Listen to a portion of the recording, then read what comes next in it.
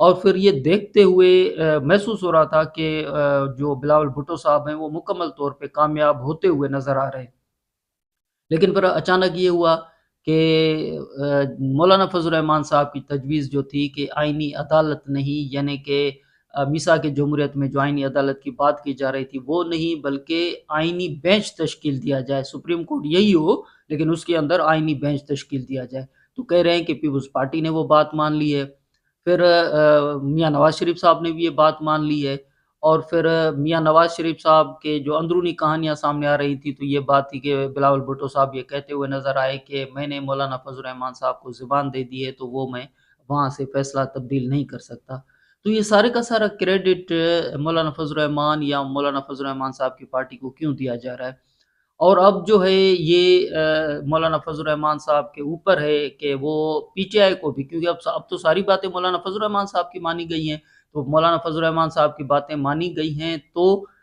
P T I کو بھی قائل کرنا جو ہے مولانا فضل الرحمان صاحب کا اب ایجنڈا ہے کہ وہ جا کے ان کو قائل کرے گی۔ جی نواز شریف صاحب نے بھی میری بات مان لی، پیپلز پارٹی نے میری بات مان لی، سارے مسودے انہوں نے جو اپنے دیے تھے وہ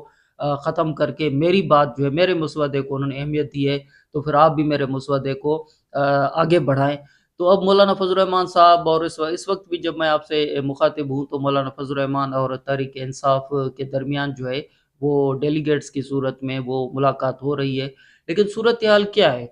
کہ پہلے ہم اس نقطے پہ پہنچے کہ بس مولانا فضل الرحمان صاحب کو مبارکباد دیں گی، واہ جی واہ، آپ ساری باتیں آپ کی تسلیم ہو گئی، آئینی عدالت نہیں بن رہی، اور آئینی عدالت بننے کے بجائے آپ کی تجویز کے آئینی جو بینچ ہے وہ تشکیل پائے گا، تو واہ جی زبردست۔ اور پھر تنقید کے جو تیر ہیں وہ دوسری طرف، یعنی بلاول بھٹو ناکام ہو گئے، آئینی عدالت نہیں بن سکی، میثاق جمہوریت پہ عمل نہیں ہو سکا، اور کیوں پاکستان پیپلز پارٹی نے ایسا کیا کہ مولانا فضل الرحمان صاحب کے سامنے انہوں نے اپنی ساری تجاویز ان کی مان لی، اپنی جو ہے وہ پیچھے ہٹ گئے، یا مسلم لیگ نواز نے ایسا کیوں کیا؟ ایسی صورتحال بنتے ہوئے نظر آ رہی تھی۔ پھر بیچ میں جو ہے نا کہانی میں ٹویسٹ آ جاتا ہے، کہانی میں ٹویسٹ اس طرح آ جاتا ہے کہ چلیں بینچ تو تشکیل پائے گا، آئینی عدالت کی بجائے آئینی بینچ تشکیل پائے گا، اور وہ جا کے فیصلے کریں گے، یعنی آئینی جو بینچ ہوگا وہ آئینی جو کیسز ہوں گے وہ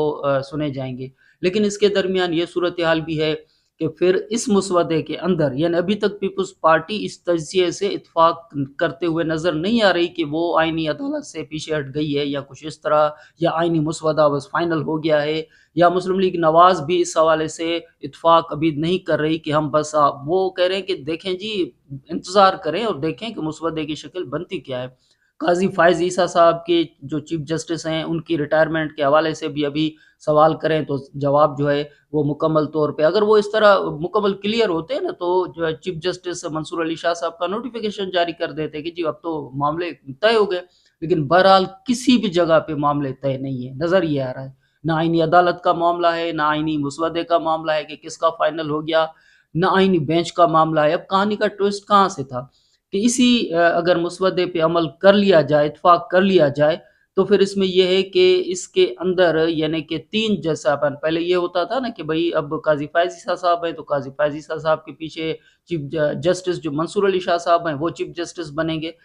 تو یہ طریقہ سپریم کورٹ کے اندر چلتا تھا، لیکن اب ایسا نہیں ہے، یعنی 3 سینئر جو جج صاحبان ہوں گے ان میں سے ایک جج کو چیف جسٹس مقرر کیا جائے گا، اور وہ کون کریں گے؟ وہ جوڈیشل کمیشن کرے گی یا پارلیمانی کمیٹی آپ اسے کہہ لیں وہ کرے گی۔ یہ اس مسودے کے اندر نقطہ شامل ہے۔ اگر یہ آئینی ترمیم پاس ہو جاتی ہے تو پھر چیف جسٹس منصور علی شاہ صاحب کا مستقبل خطرے میں آ سکتا ہے، کیونکہ پھر جوڈیشل کمیشن یا پارلیمانی کمیٹی جو بنے گی، جو کہ مرج ہوگی جوڈیشل کمیشن آپ ان کو کہہ لیں، تو وہ پھر ڈیسائیڈ کرے گی کہ 3 جج صاحبان نے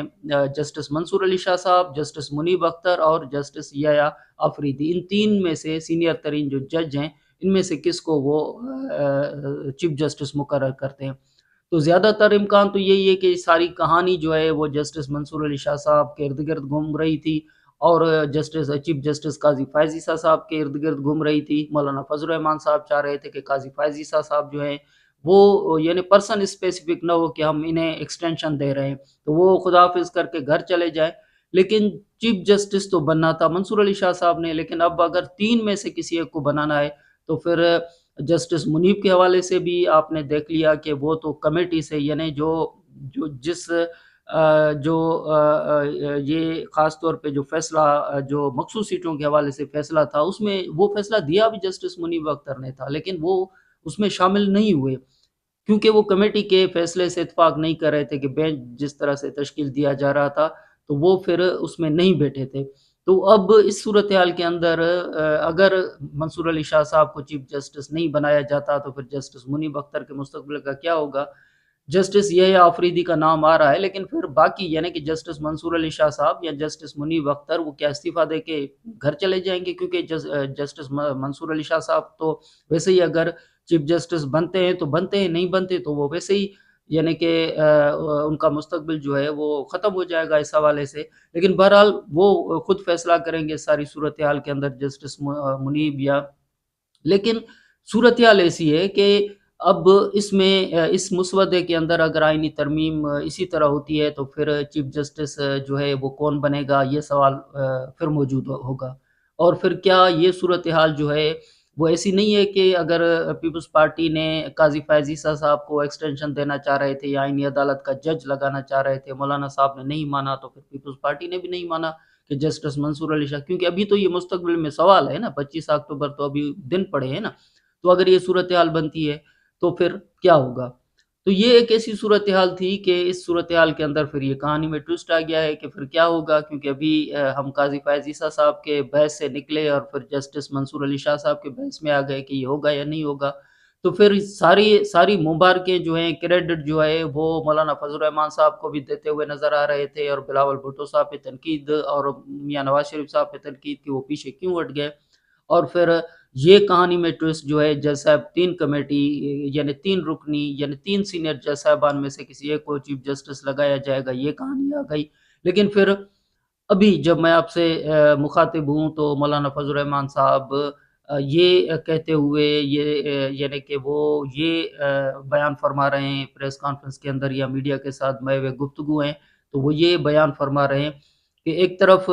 مذاکرات ہو رہے ہیں اور دوسری طرف ہمارے لوگوں کو، یہ صرف یہ نہیں کہ مولانا فضل الرحمان صاحب کرے گا، ہمارے لوگوں کو دھمکیاں دی جا رہی ہیں، اٹھایا جا رہا ہے۔ سینٹ کا جو اجلاس ہوا، سینٹ کے اجلاس کے اندر سردار اختر مینگل کی پارٹی نے یہی نکتہ اٹھایا ہے، تحریک انصاف کے زین قریشی کی اہلیہ کے حوالے سے کہ وہ غائب ہو گئی، اغوا ہو گئی 4 گھنٹے کے لیے، اس طرح کی صورتحال بھی سامنے آئی۔ اور پھر کامران مرتضیٰ جو کہ یہ سارے مذاکرات کے اندر موجود ہیں، اور پھر مولانا فضل الرحمان صاحب نے یہ کہا کہ ہمارے لوگوں کو دھمکیاں دی جا رہی ہیں، سردار اختر مینگل یہی ٹویٹ کرتے ہوئے نظر آ رہے ہیں۔ تو پھر اگر یہ مسودے پہ حتمی شکل اختیار کر چکے تھے، معاملات طے پا چکے تھے، اور مولانا فضل الرحمان صاحب کو اپنی پارٹی مبارکباد دیتے ہوئے نظر آ رہی تھی، اور ہر طرف یہ تھا کہ جی مولانا کی سب نے بات مان لی، تو پھر یہ کہانی میں ٹوسٹ یہاں کیوں آ گیا؟ اور پھر مولانا فضل الرحمان صاحب، کیونکہ مولانا فضل الرحمان صاحب تو رات جہاں پہ بیٹھے تھے نواز شریف صاحب کے ساتھ ڈنر میں، تو وہاں تو بلاول بھٹو صاحب بیٹھے تھے، اور ملک کے صدر آصف علی زرداری صاحب بھی تھے، ملک کے وزیر اعظم شہباز شریف صاحب بھی تھے، اور پھر مریم نواز صاحبہ کا بھی ذکر کر لیں کہ وہ وزیر اعلیٰ پنجاب ہیں، وہ بھی بیٹھی ہوئی تھی وہاں پہ، نواز شریف صاحب تو تھے ہی، تو وہاں پھر کیوں ذکر نہیں کیا کہ جی ہمارے لوگوں کو ہو سکتا ہے کہ تب تک کی صورتحال ایسی نہ ہو کہ ان کے لوگوں کو دھمکیاں دی جا رہی ہوں، لیکن کسی میٹنگ کے اندر یا خصوصی کمیٹی کا جو اجلاس آج ہوا تو وہاں پہ یہ بات اٹھائی جاتی کہ ایک طرف آپ مذاکرات کر رہے ہیں، دوسری طرف دھمکیاں دی جا رہی ہیں۔ سردار اختر مینگل تو کئی دنوں سے کہہ رہے ہیں، اور جو بیرسٹر گوہر ہیں وہ بھی کئی دنوں سے، عمر ایوب بھی کئی دنوں سے کہہ رہے ہیں۔ تو یہ صورتحال کیوں ہے کہ پہلے ہم مولانا صاحب کو مبارک واجبہ واجبہ، وہ آپ نے آئینی بینچ کی بات منوا لی، آئینی عدالت کا معاملہ پیچھے چلا گیا، پھر کہانی میں ٹوسٹ آ گیا کہ یہ 3 سینئر ترین ججوں میں سے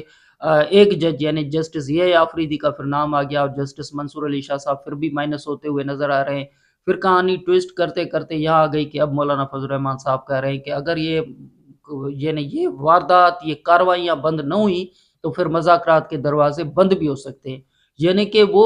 اگر جے یو آئی کے لوگوں کو دھمکیاں ملنا وہ بند نہ ہوا، یا پھر باقی لوگوں کو یعنی باقی سینیٹرز کے اٹھائے جانے کا، یعنی جمہوریت ہے، اور ایک طرف تو جب سارے کے سارے لوگ ایک پیج پہ آ گئے، مولانا صاحب بھی، بلاول صاحب بھی، نواز شریف صاحب بھی، اور باقی بھی آپ کہہ رہے ہیں کہ ساری چیزیں مان گئے ہیں، اور پی ٹی آئی کو جو ہے وہ قائل کرنے کی کوشش کی جا رہی ہے، تو پھر دوسری طرف یہ ماجرا کیا ہے؟ تو یہ ساری صورتحال ہے کہ اس وقت جب میں آپ سے مخاطب ہوں تو مولانا فضل الرحمان صاحب پہلے وہ سینیٹ کے اندر ان کے اراکین کہہ رہے تھے، اب مولانا صاحب کہہ رہے ہیں کہ ایک طرف ہم سے مذاکرات ہو رہے ہیں اور دوسری طرف جو ہے وہ ہمارے لوگوں کو دھمکیاں دی جا رہی ہیں، تو مذاکرات کے دروازے بند بھی ہو سکتے ہیں۔ تو یہ بات موجود ہے کہ ابھی تک جو صورتحال ہے وہ صورتحال یہ ہے کہ کہیں پر بھی کسی بھی چیز کو فائنل نہیں کیا گیا ہے۔ بات یہاں تک آ گئی ہے کہ آئینی عدالت اب نہیں بنے گی، آئینی بینچ تشکیل دیا جائے گا۔ آئینی بینچ میں جو معاملات ہیں وہ آئینی معاملات وہیں پہ رکھے جائیں گے، لیکن ساتھ میں یہ بھی ہے کہ سپریم کورٹ کے چیف جسٹس کی جو تقرری ہوگی وہ 3 یعنی پینل بنے گا کہ 3 سینئر جج ہوں گے، ان میں سے کسی ایک جج کو سپریم جو پارلیمانی کمیٹی ہے وہ تقرر کرے گی کہ کس کو، یعنی کہ 3 میں سے، تو وہاں پر جسٹس منصور علی شاہ صاحب جو ہیں وہ بھی مائنس ہوتے ہوئے نظر آ رہے ہیں۔ لیکن اس وقت صورتحال کہیں نہ کہیں تو ابھی قائل کرنے کی کوشش، یعنی مبارکباد کسی کو دینے کی جلدی بھی نہیں ہے نا کہ مبارکباد، کیونکہ دیکھیں نا 25 اکتوبر کو جا رہے ہیں قاضی فائز عیسیٰ صاحب خدا حافظ کر کے، اور وہ طے ہو چکا ہے کہ قاضی فائز عیسیٰ صاحب جا رہے ہیں، لیکن ابھی یہ فائنل نہیں ہوا کیونکہ وہ ایکسٹینشن نہ بھی ہو تو عمر کی حد میں اضافہ بھی ہو سکتا ہے، ابھی بھی یہ معاملہ ہے، لیکن بالفرض وہ جا رہے ہیں۔ لیکن وہ اگر 24 تاریخ کو بیٹھ کے وہ جوڈیشل کمیشن کے اندر کسی کی تقرری کرتے ہیں تو جوڈیشل کمیشن جو ہے وہ اس کا جو اسٹرکچر ہے پارلیمانی کمیٹی کا، اس میں چیف جسٹس بھی آتے ہیں، اٹارنی جنرل بھی آتے ہیں، اور قانون کے وفاقی وزیر جو ہیں وہ بھی، پھر قومی اسمبلی کے 2 اور سینیٹ کے 2، تو وہ فیصلہ کن حیثیت تو ابھی بھی ان کی شخصیت کی جو فیصلہ کن حیثیت ہے، اور پھر وہ ایک ریٹائرڈ جج بھی اس میں آ جاتے ہیں، وہ بھی جو چیف جسٹس مقرر کرتے ہیں۔ تو قاضی فائز عیسیٰ صاحب تو اس وقت مکمل طور پہ مطلب بہت ہی متحرک کردار ان کا موجود ہے اس سارے سیناریو کے اندر۔ تو یہ ابھی کہانی چل رہی ہے، یعنی یہ ایک ایسی سیریل ہے جس میں ہم آج تو کم از کم مولانا فضل الرحمان صاحب کو مبارکباد دے سکتے ہیں کہ جی وہ آئینی بینچ تک لے آئے ہیں، بلاول بھٹو صاحب آئینی عدالت سے ہٹ گئے ہیں، مولانا فضل الرحمان صاحب آئینی بینچ پہ آ گئے ہیں، نواز شریف صاحب کی پارٹی بھی آئینی عدالت سے ہٹ گئی ہے، وہ بھی آئینی بینچ پہ آ گئی ہے۔ تو ابھی تک چلے مولانا فضل الرحمان صاحب کو مبارکباد دے سکتے ہیں کہ آپ نے اپنی بات منوا لی ہے، آپ پی ٹی آئی کو قائل کریں، لیکن یہ کہانی ابھی رکی نہیں ہے۔ یہ سیریل جو ہے وہ ابھی سیریل چل رہی ہے، اور اس کی اگلی قسط جب صبح کو آئے گی تو ہو سکتا ہے کہ مذاکرات آگے بڑھیں اور یہ مسودہ جو ہے قومی اسمبلی اور سینیٹ میں، کیونکہ کہا جا رہا ہے کہ کل سینیٹ میں یہ مسودہ آئینی ترمیم جو ہے لائی جائے گی، لیکن ابھی کہانی جو ہے وہ مکمل ختم نہیں ہوئی، کہانی کی جو اگلی قسط ہے وہ ابھی آنی ہے۔